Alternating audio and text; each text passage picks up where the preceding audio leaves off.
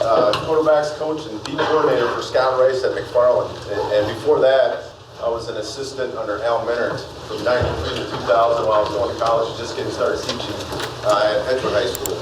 So kind of up to that point, and being an assistant for 15 years, I always kind of wondered, once we kind of have our own program, because once Tim got done playing, I knew that this was a young man that saw the game. And I said, if I ever get my own program, I'd like to bring you on board and be the offensive coordinator. So when I eventually got the head job at Monona Grove in 2008, and I was able to first talk his wife into joining the staff, because that's who we always got to convince, right? So you weren't coaching for that 2007 season. So we kind of knew where we wanted to get to with an offensive system, but we had always been, with Scott and with Al, we'd always been a gap and a man team, and that was it. And kind of as a D coordinator, as I was a D coordinator, and we were at Watertown, two offenses that were just an absolute, it's just tough to stop, is you got the option teams, and we saw Wisconsin Lutheran every year, and they were split back Beer, and then we'd go against West Bend East. At the time they were spread, and they had it was Mike Leach style offense with the huge splits, and they ran some zone and got the quarterback involved. But as a D coordinator, thing that's always tough is that once the quarterback is involved in the run game, and now we're seeing it all over. We've been seeing it for a number of years, but in Wisconsin, we still haven't seen. We see a little bit here and there, but even the spread teams and no huddle teams, it's still a lot of gap.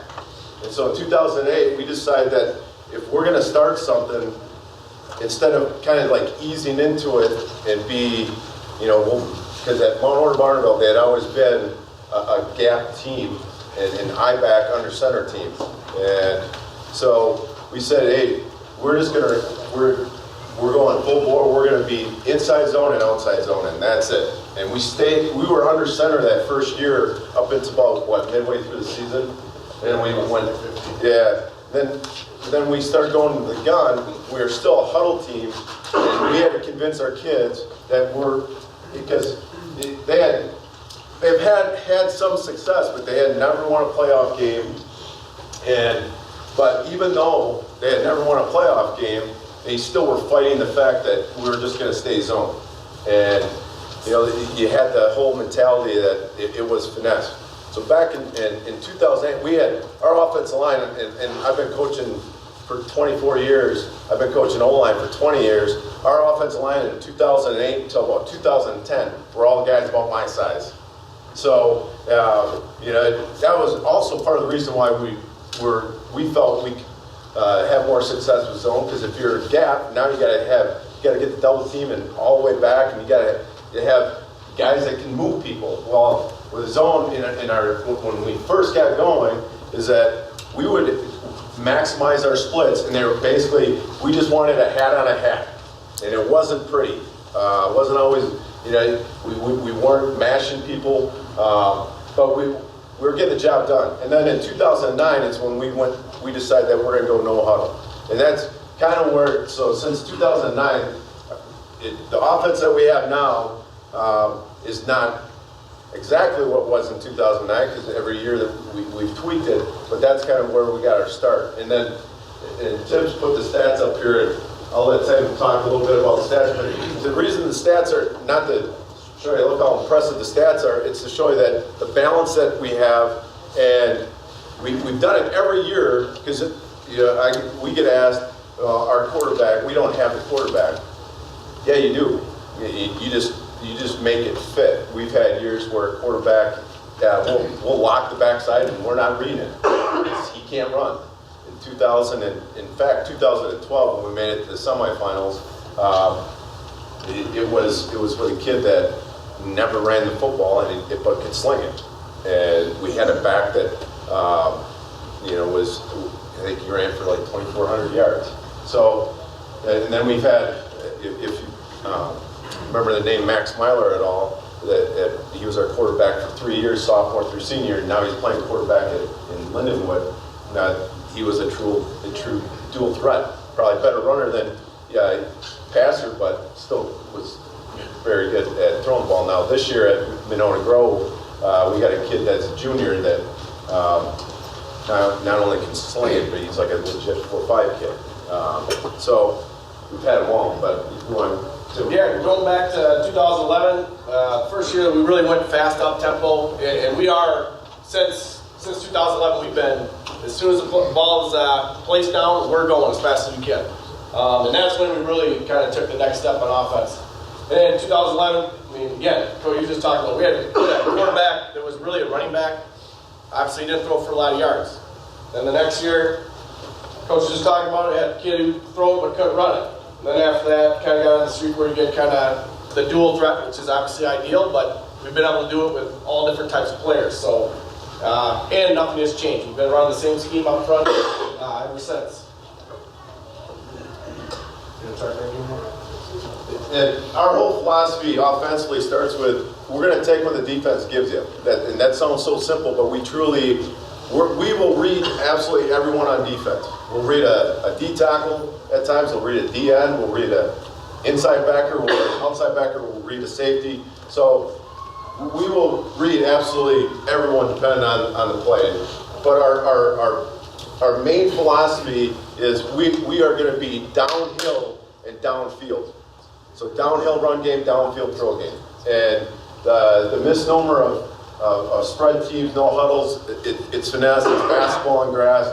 You know, that's bullshit. I mean, we make sure that the kids know that we are physically gonna maul and get after you. We are inside zone, and it is downhill. We're not looking to stretch. So with I was listening to Coach earlier. Our tailback is taught that if it's inside zone, he's going to go ahead and read the outside cheek away from the center. And it's downhill. It's an A gap run, and we count.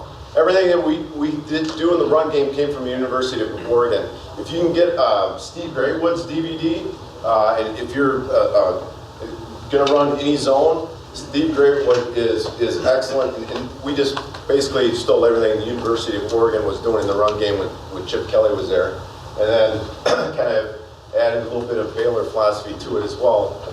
But day one, so when Coach Beckwith,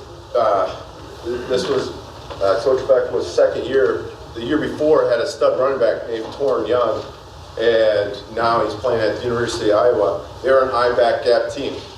And so I was fortunate to come on board, and the offensive line we had this year was 5 seniors, and they started all 14 games except one. I think it was week 8 against Edgewood. Our right guard had a sprained ankle, so we were very fortunate. But we averaged like 6'2", 220. But these guys, I mean, they fit the mentality of being downhill physically, and so that wasn't hard. But we count, to go back with University of Oregon, we used to go, everything was just covered on covered, and then came across the article. Now everyone has seen the count and Tim can draw it up, but so the low gap, A gap defender is who we identify as 0. Center is responsible, that's your main responsibility is 0. Then the play side guard has 1, play side tackle has 2, and tight end to that side, then he's working at 3. And then backside, we don't say -1, but just for purposes of you can call it -1, we don't. You've seen it, I'm sure, but you got 1, 2, and the backside is in this case, our backside, we're reading the backside EM. I mean, that really is that's our starting point. So we're a 4-3 defense, and when we install our offense in our inside zone, and the other thing that with our O-line, our guards and tackles are going to be as deep as they possibly can be. And at times, coaches, you can hear coaches on the other sideline saying they don't have enough men on. We're going to take as much as we can. So if defenses are stunting or twisting or blitzing, it allows us time to react.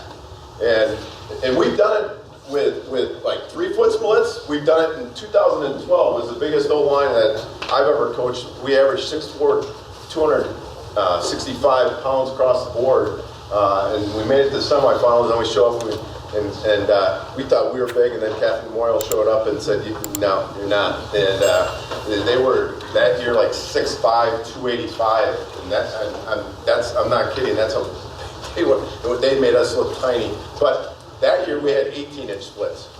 And we had a back that was like my size, but had just huge thighs and was a bowling ball, and we just mashed people up front and ran downhill. So, but our starting point is 2-foot splits.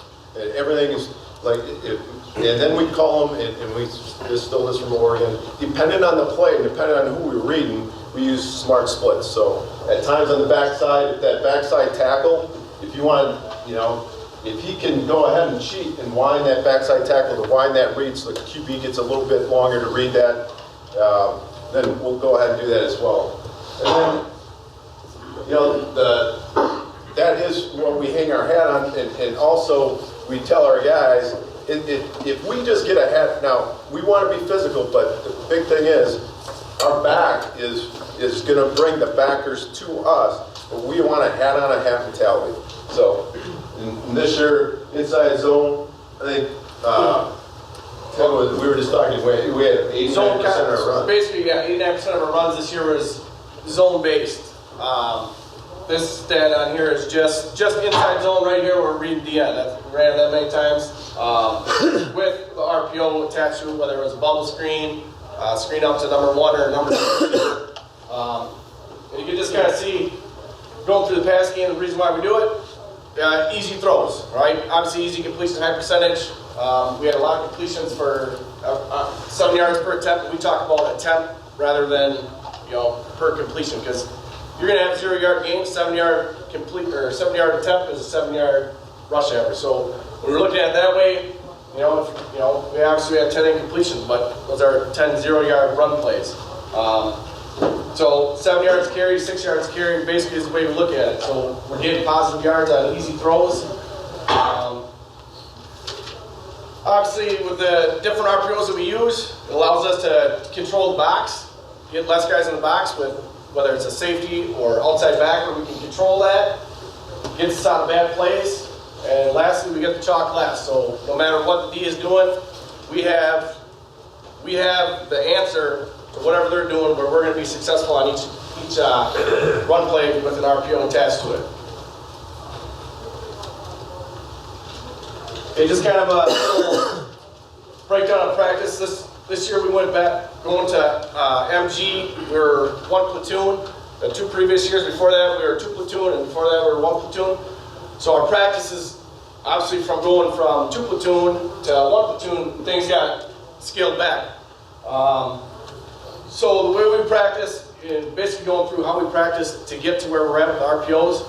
I'll just show, the routes on here, we're going there, and then the key drill is the actual drill that we're practicing our bubble screen, our screen number 1, all that whole deal. Typically that's between 10 to 15 minutes per practice. You can see the amount of time, there's not a lot of we don't spend a lot of time with team practice. It's most of the time it's group focused, all right?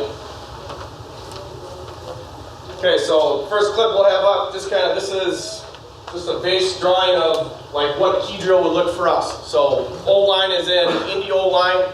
Coach is working on all the technique stuff and also going through fronts. So when we're working together with all the skill guys, we have obviously guys on defense that just line up in that defense of the week, whoever we're facing.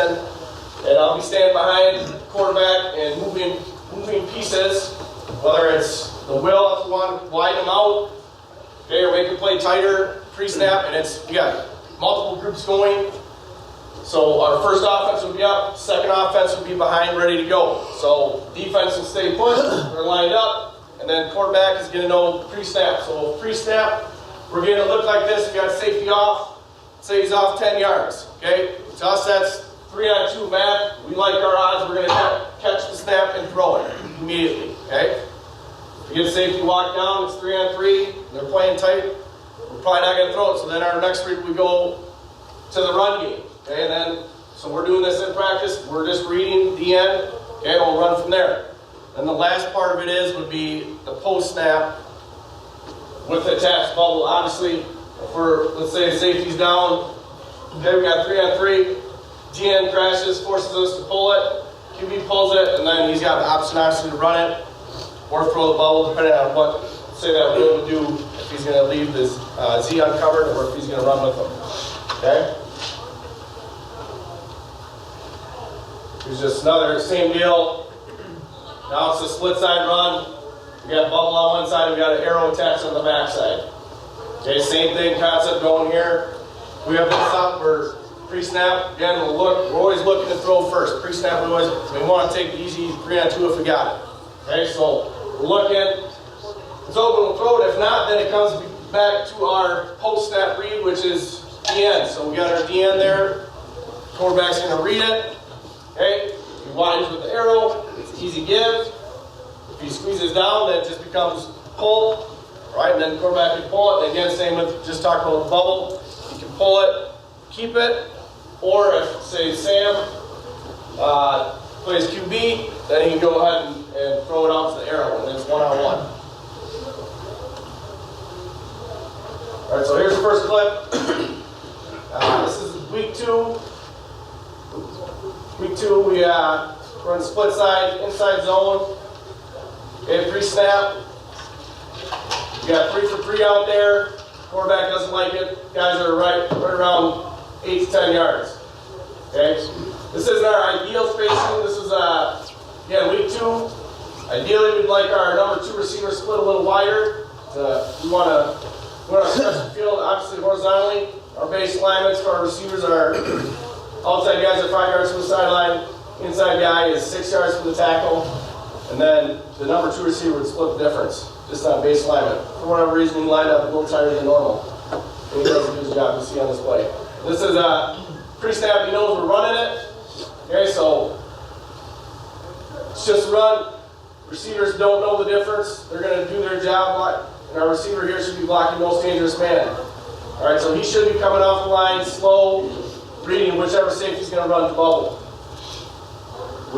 Because this was completely new for these guys at beginning of the year, we didn't really feel like we didn't get in maximizing our tempo and being aligned, as you can see correctly, until when we say week 6, I think it was against Stoughton, where you could kind of see everything kind of click at that point. We really felt like it was going to take off. And in all the years of coaching, when Tim and I got there, we were fortunate enough to be able to coach in the All-Star game in 2013. We said to Coach Beck, like day 1, when we coached, I'm like, this feels like an all-star week. We had 33 seniors this year. And the reason I tell you that is we felt like we had the talent, but they didn't really feel like they were and I heard Coach talk about, we always tell our kids, play without thinking.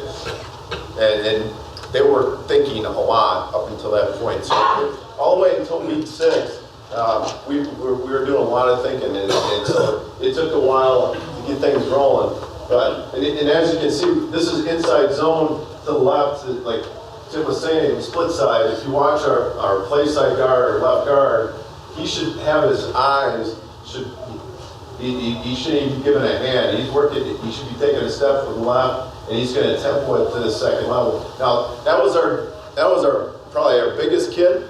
He's also the ones that we really had to work on bending. As you can see, he's way too tall. He was way too fast to the second level, because the back will bring the backers to you. So we want to tempo it, and hopefully as the clips roll on, we get it, and you see as the weeks progress, you'll see that things get a little bit tighter, a little bit better. Okay, here's a different look. We got a 3-14. They're playing cover 1. Looks like a 4-2 box right now. Just walked out their outside backer. Again, pre-snap, got man coverage. It's too close to throw a bubble. We don't like it throwing this when the DBs are this close, so it just becomes a post-snap reading to the end.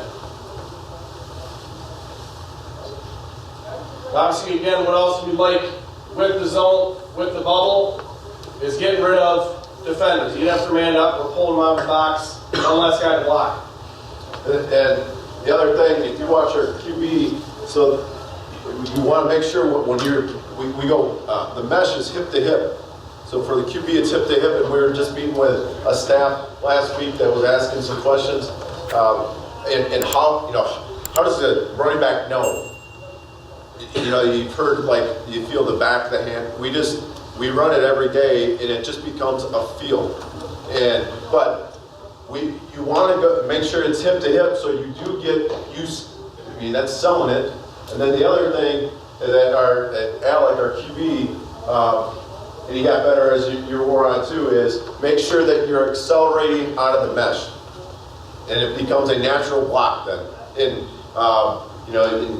years past, we would have quarterbacks just hand it to stand. Well, that's pretty easy for the D end, not knowing that QB doesn't have it. So, what's the point then? So make sure if you're going to run, if you're going to get a gun and you're running inside zone, you really have to coach up, accelerating out of the mesh. And with inside zone and with what we do, if we can push the count. So we can go ahead and push. If you're looking up on the board that Tim has drawn there, if we're running inside zone to the right, we can designate who 0 is. And we can push it all the way to 3 technique, it can become 0, and then the angles change, and it becomes, it almost looks more gap, and we just call it our mash technique. And with our RPOs, we will push the count often, and that's the whole point that as we got better in understanding the whole inside zone run game, is that we realized we want to maximize our double teams. That's it. That's what we're trying to do. Now, if you got little dudes, in past, we would go, like I said, with Leach's approach, and went wide splits, and it became just man blocks, and we were like little pit bulls, and just hanging on. But but now, we feel like we have a little bit better understanding. We're just, no matter what front we see, we want to maximize the double teams, and so we will push the count and be able to do that. So if you go ahead, you'll see our center does a great job with his eyes in coming off, because that backer's coming, and that's our center. This was the fastest center that we had. He's a rugby player. He's tough as hell. And this was week 6, right? Yeah. So, and our backside guard, our right guard, he was a kid that played right on that line. Sometimes a little, sometimes crosses, but he was nasty. And he would stay on contact until the very end, and maybe got away with a little hold there. Again, with what Coach was talking about, the quarterback, he does a good job initially. That one step holds him. Ideally, we'd like him to continue to carry that out.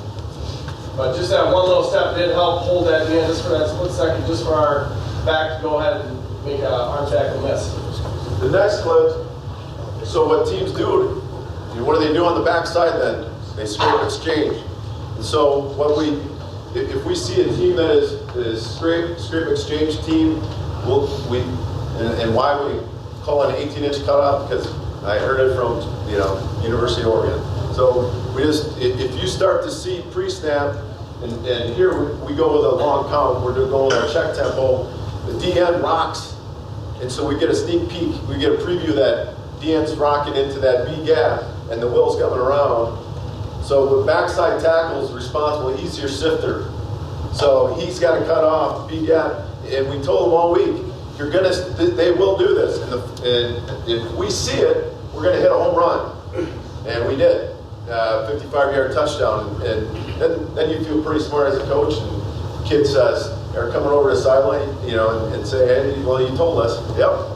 Didn't really think they were going to hit the home run, but our kid on the backside here did a great job seeing it, and then there's no one left. There's no one left for cutback, as you'll see. Here we got double bubble on both sides. Again, we're controlling the safeties here, our outside backer. By widening them, they're playing man coverage. Obviously, you can control and get less guys in the box to tackle.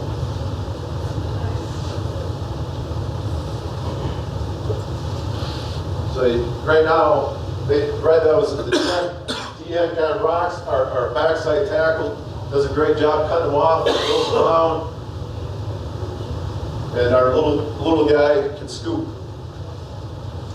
for the quarterback, when we get scrape and change, he's not necessarily reading the end, he's reading the area. So he's reading the C-gap player, they exchange gaps, that's an easy give read for him. And we work at times. The beauty of also just being a zone team is that it's all the same for everyone. So tight end, you know, he's covered, tackles on covered. Now, so what we work is we just call pods, and I'm sure we all do it. But it's just 2-on-2, and we give them every look that they're going to see that week. And it's just getting that feel when to come off. And we always take care of first level first. We want 4 hands on first level, 4 eyes on second level. And that was the biggest thing to get guys to understand a zone double team versus a gap double team. And we kept early, like in the first 2 weeks, they wanted to turn their shoulders back instead of working to the play side and coming off. But then once we got things rolling, it just became a natural feel. And you guys did a nice job picking it up. And just going kind of back off, talking about the scrape and change, when we're working our inside run drill, you know, I'm standing behind the quarterback, again, same kind of deal, and we are moving pieces on the knee, because obviously our kids aren't going to learn all the blitzes during the week. During playoffs we get some extra time, kids learn the blitzes, but we're back here and we literally are pointing out to the kids where they're moving. So if we got a slant on, we'll move the kids and the scrape exchange. It's just a great way to stand behind the O-line and move kids and get them to where you want them to go. Because if you don't tell them to move, they're just going to probably stand there and everything looks really good.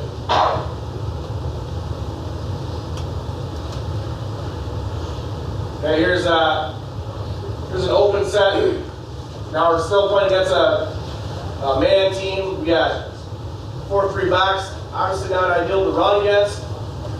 So we got 3 out there, 3-on-3. But the difference on this clip is you got a safety who's playing off. Okay, so right now we have space. We feel it. It's 3-on-2. We'll go ahead and catch it and throw it. Also, what we do on the backside here on our solo side, anytime we got a soloed up receiver, he's got a hitch route that the quarterback's looking at first. So right now, for whatever reason he didn't like it, usually tell him if the corner's playing off, you got space, and there's no overhang defender, you're going to catch and throw. You go ahead and just catch and throw that hitch.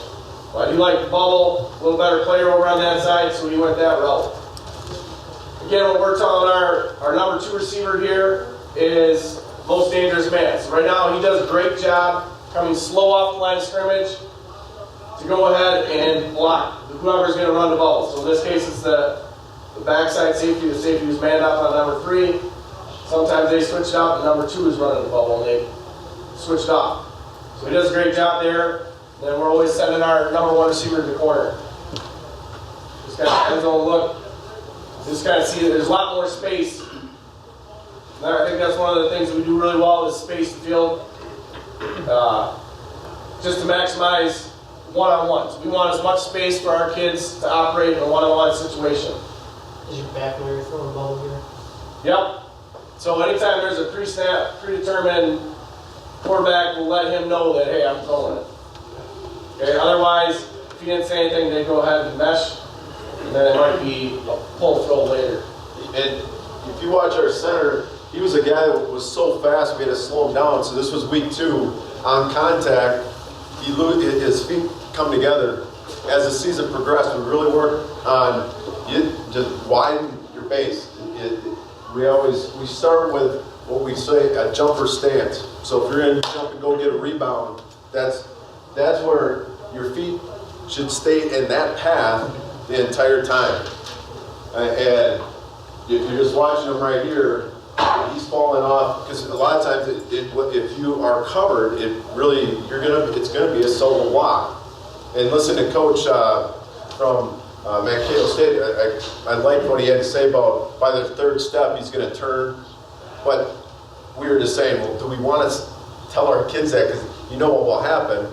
I'm just always going to turn, and then the guy is going to rock inside. So I think that's something that we'll probably add. But we're going to probably not add that until like maybe our 3rd or 4th week, once they know that that's like a last resort, I'm going to turn. Because in our outside zone, that's what we do. You know, by the third step, you're going to go ahead. If you can't reach him, and we always talk thick versus thin. We want to be thick on a cover dude when it's inside zone. We want to be thin on an outside zone run.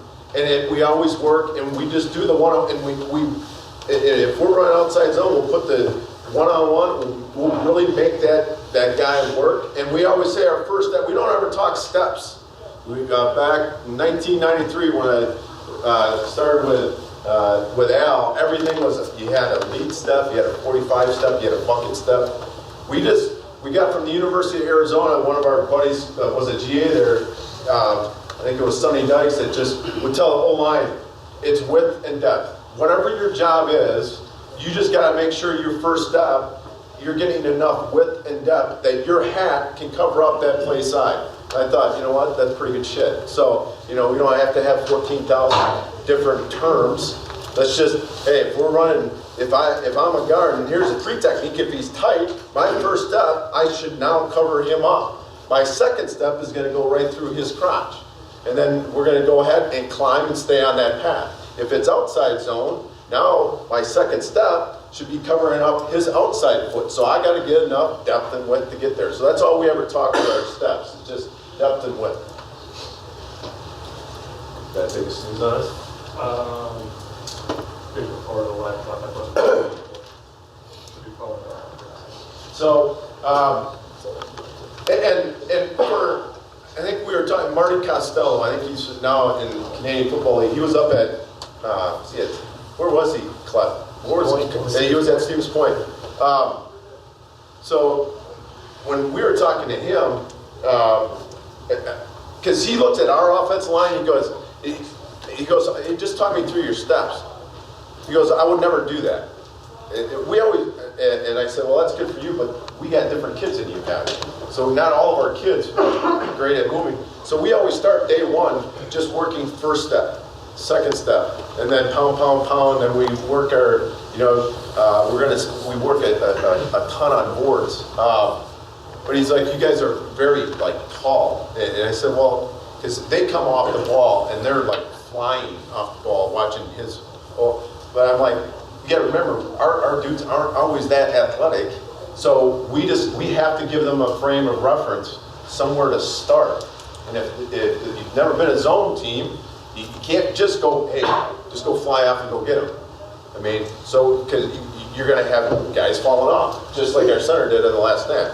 So we do work a ton on steps. Do you guys do anything in terms of wrong stepping? If you know you have a double coming, or is it always, if it's inside zone right, your first step is your right foot? We're always, and that's the thing, is like our center in week 2 versus Wanakee is going the wrong direction. And like, hey, bud, you know, when we do some pin and pull and we'll do some solo blocks, but our center, 100% of the time, is always going to step play side.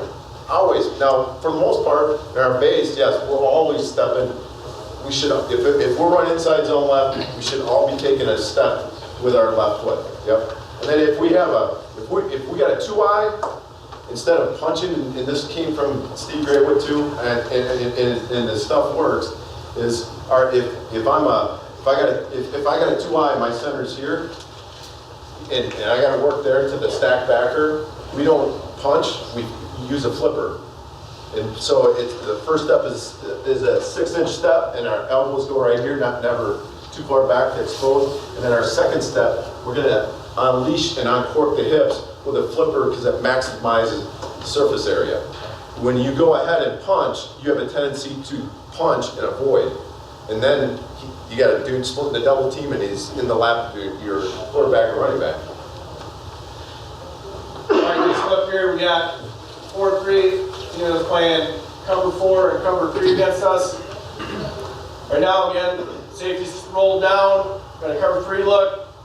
3-on-2 out here on the outside backer is in the box. So easy read for the quarterback. It's going to be catch and throw.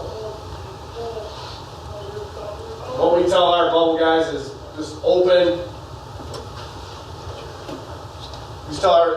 And all our receivers always have inside foot up. So if I'm running bubble, I'm here. I'm just going to turn open, flat down my third step. I got to be looking by my third step. and we want to catch the thing as close to the line of scrimmage as possible. Sometimes, like in this case, this was earlier in the year, our receiver's too deep. You kind of see how deep our O-line is, and sometimes that happens. They see the O-line off, then they get back off farther than they need to be. Ideally, he should be 1 yard off the line of scrimmage. Right now, he's like 4.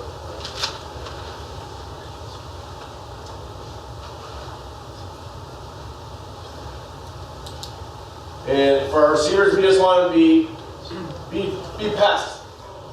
Tell them slow off the line, stock blocking, and just get on. We don't tell them, hey, we got to get the thing to the sideline. We just want, go ahead, square him up, take him where he wants to go, and let the receiver go ahead and go where he needs to. Here's another bubble set.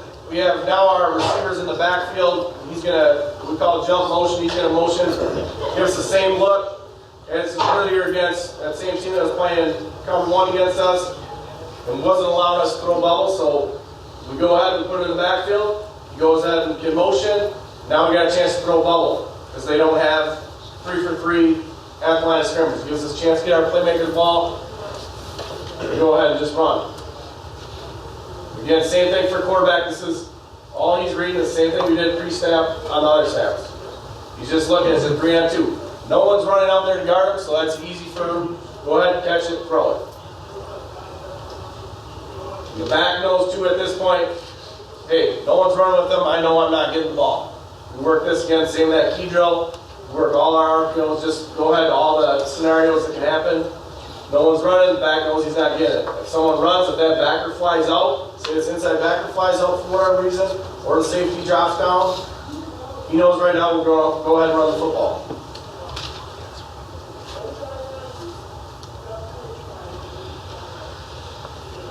Just catch it around and get it. I mean, all we're looking for anytime we're throwing these is 5 yards.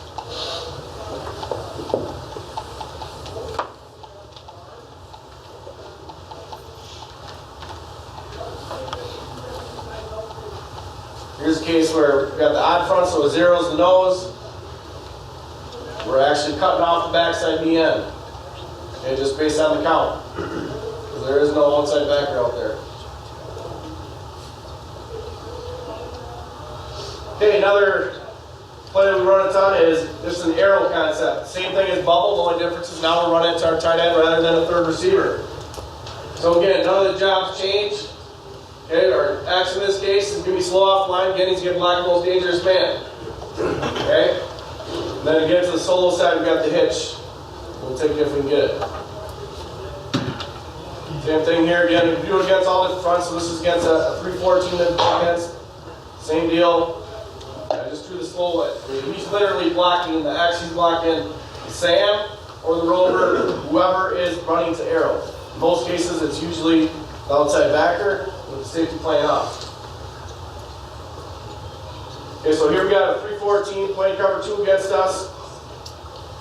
And we can pre-snap throw this, or we can post-snap throw it. It all depends on what the defense is doing. And what we do is we go ahead and we got to know where your key is on these. So if your outside backer has got his eyes on the whole line, okay, then it's an easy catch and throw. Okay, if he's got his eyes on the tight end, which he does in this case, now it's not a guarantee that he's playing run. So he goes ahead and widens with the tight end. Okay, here's end zone clip of it. Then this is where we're going to go ahead and push the count, and we're leaving the end. We worked all week with avoiding. That's the other thing is if your tackle, and I think maybe even the following clip, it'll show where our tackle kind of gets a chunk of that read. You always want to make sure that you're getting a clean release, and you're watching our backside tackle. He's ripping inside. You want to make sure you're giving a clear read for the QB. So you can widen and then go ahead and avoid. He does a nice job working his second level to get to the backer.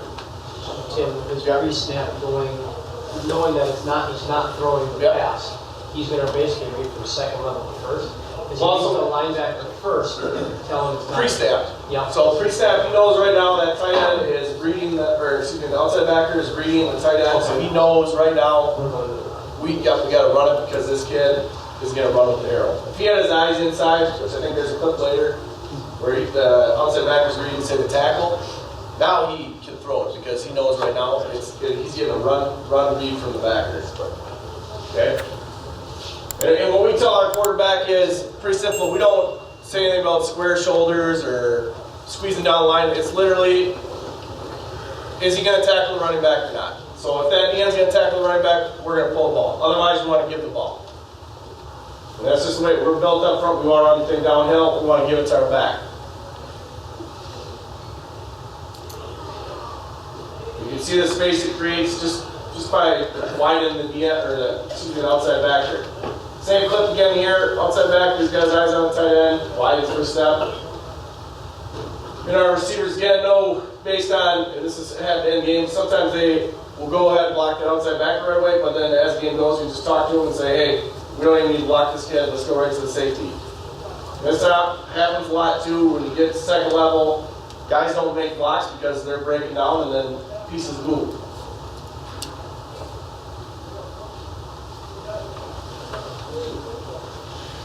Okay, same look going another way.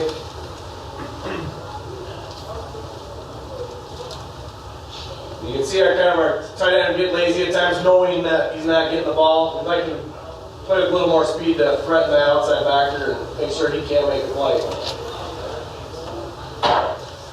And again, really when you're pushing the count, it really becomes a gap block.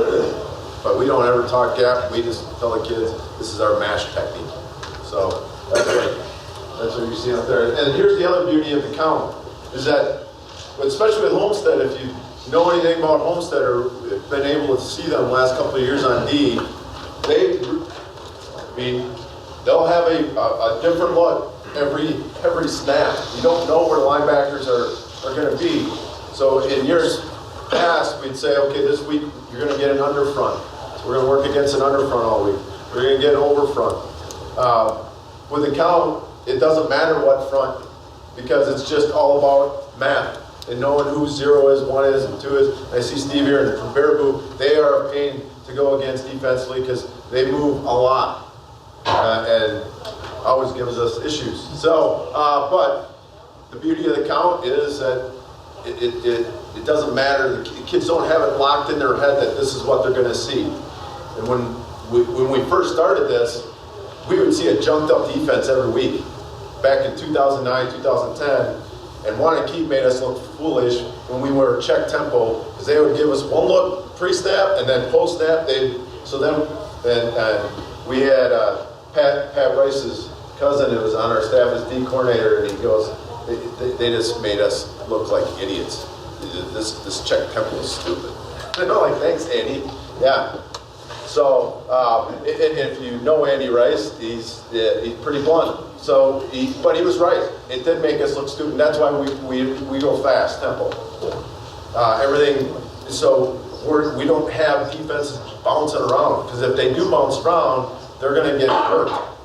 And so that's where you do see more vanilla looks.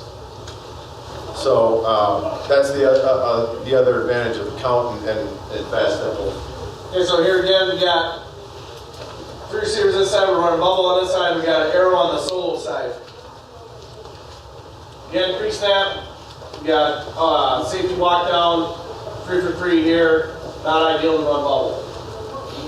Okay, so then it becomes a post snap, read to the end, to the outside backer, based on what happens with the tight end read. Okay, in this case, we'll see from that zone, but they sent 2 guys off the edge. It's actually their inside backer. So, and like Coach was just talking, every snap is literally different. So right now, this is their inside backers over here on the outside. Then they just slid this inside backer over. Okay, and then this is actually the corner, and then they got the end outside too. So again, our O-line is just based on the count because we're pushing it over. They're all working. Again, play side to the left. We actually have 2 guys out blocked on the outside, but with the arrow, it goes ahead and helps hold that edge to give us a chance to hand the thing off. And essentially block 3 guys with 1 without even having to block. And then a nice cutback lane, obviously, with with the soft edge over there.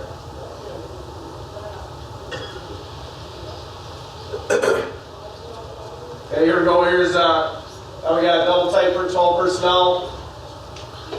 Tight end to this side is running the arrow. Okay, and here's a clip where talking about getting that outside backer. So right now, pre-snap, it looks like 3-on-3. Okay, because you got this outside backer who's right stacked on the tight end. But his eyes are inside, either in the backfield or on the offensive line. Okay, so then our quarterback knows right away he's going to catch and throw. And we got him all leveraged because of where his eyes are. Let's see it here in that zone. And the reason why I do this is because if that's, again, that outside backer has got his eyes on the tight end, now we can go ahead and run the thing, and now there's no cutback player because he's going to wide with the tight end right away. Which looks like a nice hole there, but if we did give it, because of what he's looking at, he would be able to fold in and make the play. This is a great way to control those outside backers.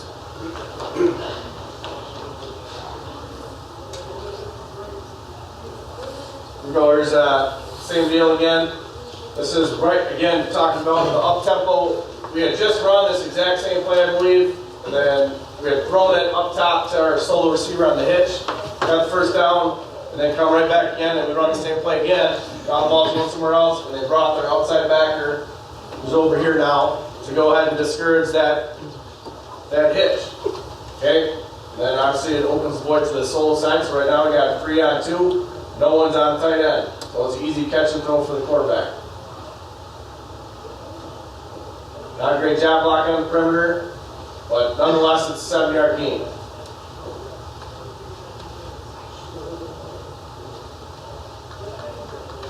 Okay, here we go is another look. Number 1 screen number 1 now screen or smoke screen, whatever you guys call it. Again, same rules apply as bubble, it just changes. So our inside guy is going to go to the corner, or excuse me, our middle guy is going to go to the corner, and our inside receiver is going to block the most dangerous.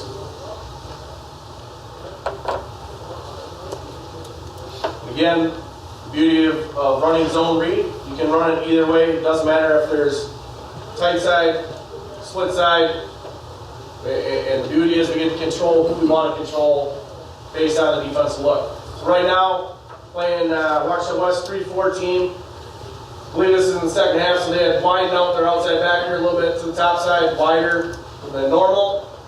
And then they had always set their front to the field. So we knew that going in. Again, going back to our philosophy again, double teams gives us maximum double teams by where they set their front. It's only a 4-yard gain because the DN go ahead and made the play, but he is not playing it fast, so it's a give read for the quarterback. Right now, the quarterback decided because the safety came down, it's 3-on-3, he didn't like the throw. So right now, we're running zone to the right, so we can get, and really it's 5-on-4. Okay, because we're not really worried about this outside backer, outside the box here, based on what we got out here with the number 1 screen.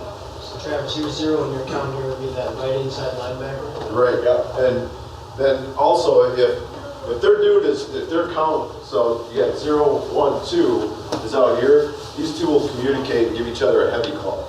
Knowing that they're probably not even gonna worry about this dude at all. And it just becomes 2-on-1.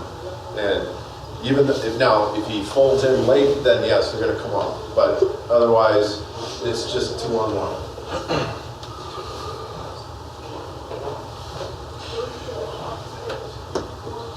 And that's a pretty good play by that DN to the Waukesha West. I don't know if you guys in here haven't played them, but they get a lot of guys coming back. They're really freaking good. And if you want to talk outside zone, Steve Brooks, who's a friend of mine, is the head coach there. I've never seen a team in high school run outside zone better than them. They are legit running outside zone. So I don't know if Steve will give up anything, but I know that he's because when we first got to MHP, he was the guy that I called to talk zone scheme. Because he knows what he's doing, but the outside zone, man, they're really, their O-line is in unison. Outside zone is a lot tougher thing to coach, in my opinion. we go another look here against 3-4 look. We got our 3 receivers again down the boundary, and there's no one up. So this is an easy read for the quarterback. Just catch and throw, and we'll get what we can for yards. We got 2 guys there, and then we got another safety who's back deeper. Outside backer still in the box. This is their this is their safety. They roll down corner, and then there's another safety who's over here cheating. The nice thing about this formation too is it gives you a lot of solo stuff on the backside. So, and again, inside guys block the most dangerous, and he felt that even though this outside backer's in the box, he felt that he was close, the fastest guy to get to the play, so he went go ahead and block him instead of one of those corner or safety. That number 10 was our number 2 quarterback. Kind of looked the part in this block, but he's a kid that caught a lot of footballs for us this year, and was coming off an ACL injury, but he was really good catching it and running after the catch. His blocking was not his forte. Here we go, same look again. 3-4 look. Okay, you got corner, no one's rolled down now, they just widen their outside backer, so it's 3-on-2 with the safety fight off at 10 yards. Catch and throw, get what we can.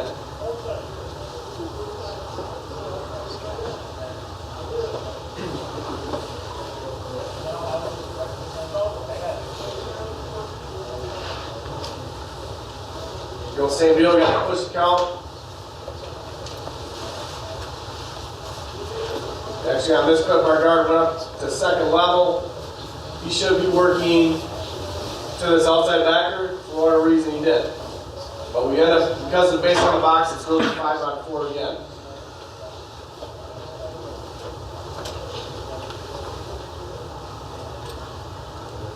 We go same, and this is actually just the very next play again. We ran it right again, same play again. 2nd and 1, 2nd and 2. And again, based on our rules, they're going to give us the easy throw. We'll take it. We don't worry about it. Even if it was 4th down, if it's open, we're going to throw it. And after every year, when we get done, we always go, why didn't we run more now screens? Because should we have an incompletion this year on it? No. And this is easily the highest percentage completion because you got a guy standing out there and it's just catch and throw. There's no running. It's basically standing still catching the ball. What's your quote for your wide receiver out there? Is he taking any steps downfield and Yep. numbers? Yeah, we taught him to get right at the line of scrimmage, catch it right at the line of scrimmage. So he's just taking 1 hard step upfield, sometimes 3, 1 with 2 quick ones. But we want to catch it right at that line of scrimmage. Yeah, we like to push the envelope on the rules. All right, here we go. Here's the last RPO we got. So out of a 2x2 formation, again, similar to like 3x1. We got stuff going on both sides. So we got bubble to one side and arrow to the other. So again, here we'd be reading pre-snap. Is the bubble open? Post-snap, then we're reading basically the end to the outside backer and what's going on in that scenario, what games they're playing. Same deal here, just gets, and again, just the idea, the key drill, I mean, we do that twice a week, and I think it's the best thing that we do, because if we're going to run RPOs, you can't just run them in with the full team. You got to have it packaged up where you're getting the perfect look you want, having the defense move the way you want, and just give you different looks so you can see it all in real time, and then we get multiple reps. So our number 1 receiver, our 2 receiver, our second O runs all these plays. And I think our 2-0 gets more reps than anybody else's 2-0. Because they're all doing the same thing every day. It's just one right after another. First team goes in second team. It's just non-stop. So all those skill guys, they know everything. Same with the O-line, just being inside zone. They get a ton of reps doing all the same stuff. So it's literally a plug and play. Anybody can play. So you have 2 huddles and you kind of go and then come back and huddle and call? Or are they in their spots and Yep. you jump up to the line, jump back, jump out? Yep. So like in this scenario, this is called doubles right for us. I just say, hey, doubles right or the zone right with the arrow and the bubble. And first group's up, second group, they're already lined up right behind them, then they go. And then after the 2 groups are done, then the next groups, or then we'll call a new formation, maybe it's trips, then everyone gets there and boom, it's go. And then obviously I'll move the outside backers or safeties this You're coordinator. the one that's shaping the defense, or do you Yeah. have another coach he's got a script, like, we want to get this from the guys? Yeah, no, I'll do it from back here because it's easier for me just to go faster and just say, hey, Sam, move out, or safety drop down, come play outside, you know what I mean? It's just easier to move those guys rather than have to look at a card or anything. Allows us to get a lot of reps in a short period of time. And the beauty of being no huddle, we don't wristband anything, so it's all signals and our terminology. We try to limit the amount of terminology, and everything in practice is fast. We go a lot faster in practice because you don't have old guys wearing the stripes that are setting the ball at snail's pace. We got young guys that are coaches that the ball is set and we go. So, and we make everything tougher in practice. So, as far as defensively, we're going to give them looks that they might not see. We're going to bring probably more pressure than. And so on Friday nights, we want it easy and to go back to play without thinking. So. Okay, here we go. Bottom side, we got bubble. Got bubble here on the bottom side, and then arrow to the top side of the screen. Again, here and different looks that we got during this game. We had outside backer sometimes walked out, sometimes obviously in this case he's in the box.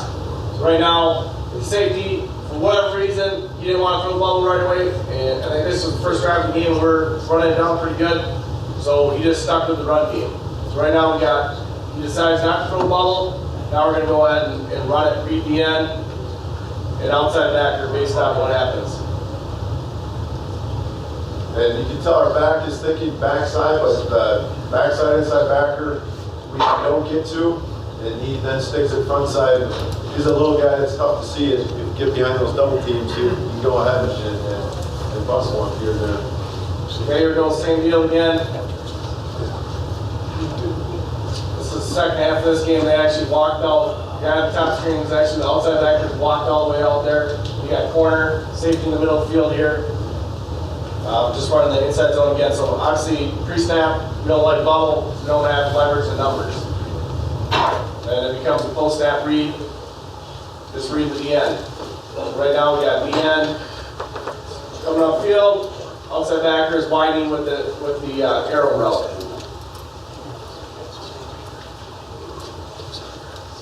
And here again, another reason. And if you watch the center on this one, he's kind of like lost, doesn't know where to go because the inside backer is all the way out here. For whatever reason, he widened out. So I mean, pieces move, and this goes also. Who hasn't been playing the shade, now he's all the way over in a 2-eye or a 1 technique.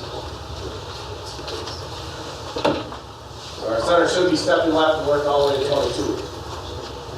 He gets there, but it's not the path that we want to take. Now, he's athletic enough to be able to do that. We've had centers in the past, they take 2 steps in the wrong direction and we're screwed because they're not athletic enough to get back. But he did a nice job reacting once he realized where he was supposed to work. Okay. Okay, here's the same deal. Now we get a pull throw. Okay? So again, we're reading to the end. Okay, first thing we're looking at bubble, we don't like it. So it goes the run game. The end crashes down. I think we ran this play 2 times in a row. This is why he's throwing it. So the end crashed. Not necessarily he could have given it, but he didn't. So what happened is he's pulling it, and he's got the option to throw it. In this case, he has to throw it because the end's actually not playing the running back. So what he's looking at next would be the outside backer who's all the way out. Number 5 who's coming in. Then leaves 1 guy left. A little better look at this snap. Here we go, same deal. Again, he's pulling it. He has the option to run it, but he doesn't have the space to run it, so he pulls it and then throws it. This is a chance to catch the ball at the line of scrimmage. Still block the run, and then it allows us to get yards, extra yards. And our tight end is 1-on-1 in the corner. 9 yards. Yeah, so when we teach our tight ends, so if we're running an arrow route, he's going to run normal arrow route to see it pre-snap. If he gets it pre-snap, he's going to catch it, turn it up. If he doesn't get it pre-snap, then he's going to go ahead and backpedal to the sideline, get about 3 yards from the sideline. So it's an easy catch for him. You want them to have a nice time. So,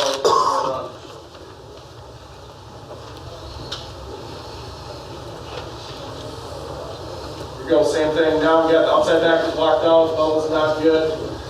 Here you get a good look at the ends playing running back. Quarterback pulls it, and they got a scrape exchange on. So it allows them to throw the ball. Ideally, we'd like to leave our outside receiver blocking corner on this, so it becomes a race for that safety to race down our tight end. Don't have any end zone clip this, but it'd be nice to have a press box like this every game.